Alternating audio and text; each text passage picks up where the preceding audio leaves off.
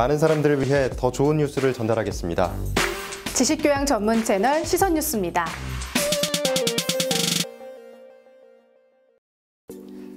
우리가 쓰는 표현 중에는 신체 또는 장기를 이용한 표현들이 꽤 많습니다. 예를 들어 심쿵하다는 심장이 쿵 하고 떨어질 만큼 놀랐을 때 쓰는 신조어 표현이죠.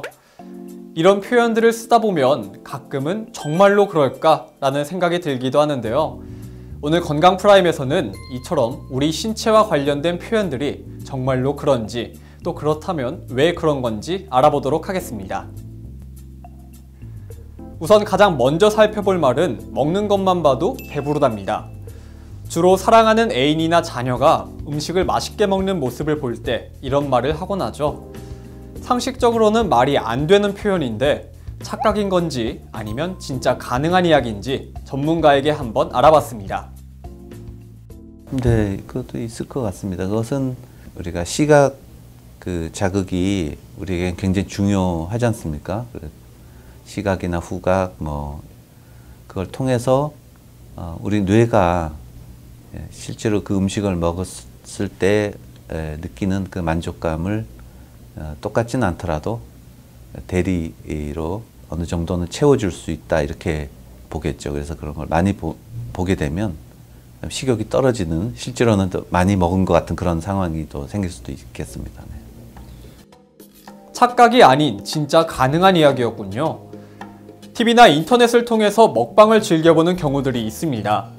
아무래도 이 전문가의 말처럼 다른 사람들이 맛있게 또 행복하게 먹는 모습을 보면서 느끼는 대리만족과 포만감 때문에 먹방을 보는 것은 아닐까 싶습니다. 자, 그럼 이제 다른 표현을 한 번 더 살펴볼까요? 우리는 흔히 겁이 없이 무모하게 어떤 일을 추진하는 사람에게 간이 부었다 또는 대담하다라는 말을 쓰곤 합니다. 간이 부은 사람은 정말로 겁이 없는 걸까요? 또 정말 겁이 없는 사람이 간이 부었다면 왜 하필 간인 걸까요? 결론부터 말하자면 간이 부은 것과 겁이 없는 것은 관계가 없다고 합니다. 겁이 없는 것과 간이 연결된 것은 한의학에서 유래가 됐다고 하는데요. 한의학의 해부학이라 할 수 있는 장상론에서 간은 일을 새로 추진하거나 이끌어가는 힘이 있다고 말합니다. 그래서 간이 큰 사람은 추진력이 좋고 겁이 없다고 생각하게 된 것이죠. 그래서 사상체질에서 간이 큰 태음인의 경우 일단 시작한 일은 끝까지 마치는 성취력이 있다고 나오기도 합니다. 하지만 실제로 간이 커지면 위험할 수 있습니다. 간염이나 간 독소 혹은 종양으로 인해 간 조직이 파괴되고 이로 인해 감퇴된 기능을 보상하기 위해 간의 크기가 커질 수 있다고 합니다. 이러한 이유로 간이 커지면 쉽게 피로감을 느끼고 피부가 검게 변하거나 체중이 급격히 줄어들 수 있다고 합니다.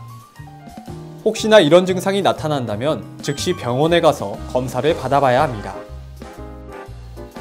마지막으로 알아볼 표현은 사촌이 땅을 사면 배가 아프답니다. 흔히들 누군가 잘 되는 모습을 보면 부럽고 질투가 나서 속이 상할 때 이런 말을 쓰곤 하는데요. 정말로 누군가에 대한 시기와 질투가 우리 몸에 통증을 일으킬 수 있는 걸까요? 전형적인 심인성 통증이라고 할 수 있는데요. 그렇게 되게 가만히 보면 배가 아프다고 하는 경우를 생각하면 되게 근본적인 욕구와 관련되는 게 많더라고요. 예, 그래서 그것은 우리가 실제로 생각보다 정신과 육체가 그렇게 따로 떨어져 있지 않고 같이 움직이기 때문이고요. 또 우리 몸에 대해서 우리는 각 부위에마다 어떤 상징을 부여하거든요. 그 상징이라는 것도 결국 몸이 경험하는데 바탕을 둔다고 볼 수가 있습니다. 그래서 그런 부분이 내 뜻대로 되지 않았을 때, 그럴 때 위장이 제 기능을 못하게 되는데, 말하자면 일종의 위기로 인식을 하는 거죠. 그런 위기 인식을 하면